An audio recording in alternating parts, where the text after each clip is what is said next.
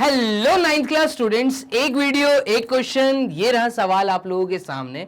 तो एक बहुत प्यारा सवाल, इस तरह के सवाल जो है आपको हाफ मार्क्स 1 मार्क्स में मे बी देखने को मिल सकते हैं, लेकिन आपको ये चीजें पता होनी चाहिए। देखिए, एक सिंपल सा सवाल है आपके सामने। Length of the sides of the triangles are given. आपको जो दिया है वो ट्राइंगल की साइड्स दी हुई है।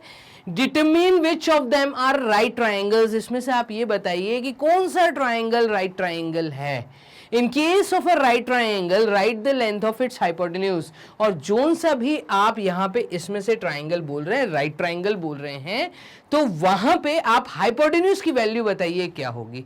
हमेशा याद रखिएगा, एक राइट ट्राइंगल के अंदर हम लोगों ने पाइथागोरस थ्योरम का यूज किया है। हमने 8th क्लास में भी सीखा है, हमने 9th क्लास में भी सीखा है। पाइथागोरस थ्योरम कहता है कि एक राइट ट्राइंगल में अगर कोई भी एंगल 90 डिग्री का है तो वो 90 डिग्री के सामने वाली जो साइड होती है वो कहलाती है हाइपोटेन्यूज। डन। और इसका जो नीचे वाला साइड है, ये दोनों साइड्स बेसिकली आर्म्स कहलाती हैं।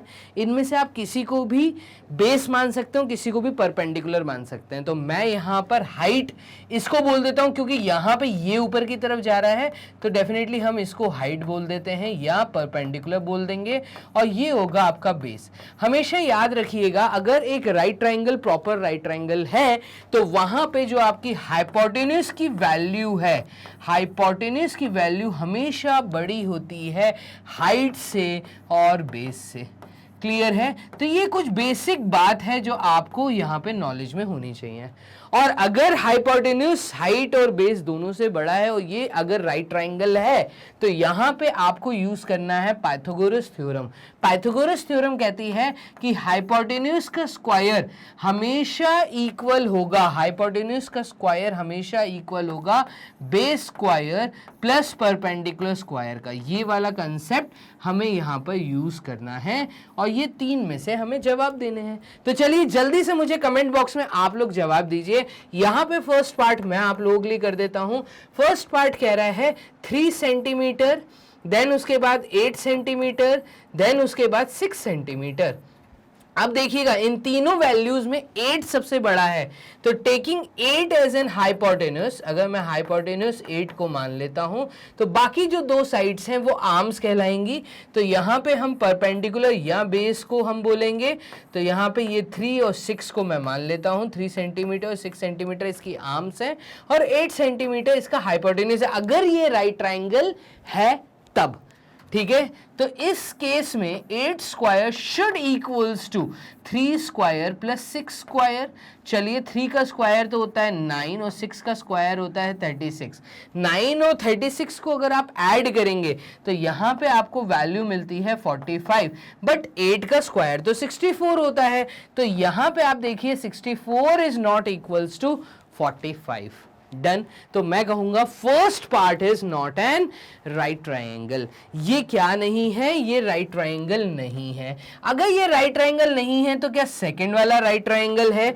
तो इधर देखिएगा, सेकंड केस में हमें जो सबसे बड़ी वैल्यू दी है वो 13 दी है। मैं हाइपोटेन्यूज अगर 13 सेंटीमीटर को मान लूं और बाकी दोनों को इसके आर्म्स मान लूं, बेस और परपेंडिकुलर, तो यहां पे ये हो जाएगा 12 सेंटीमीटर एंड परपेंडिकुलर की वैल्यू होगी 5 सेंटीमीटर। चलिए, यहां पे लगना चाहिए आपकी पाइथो थ्योरम।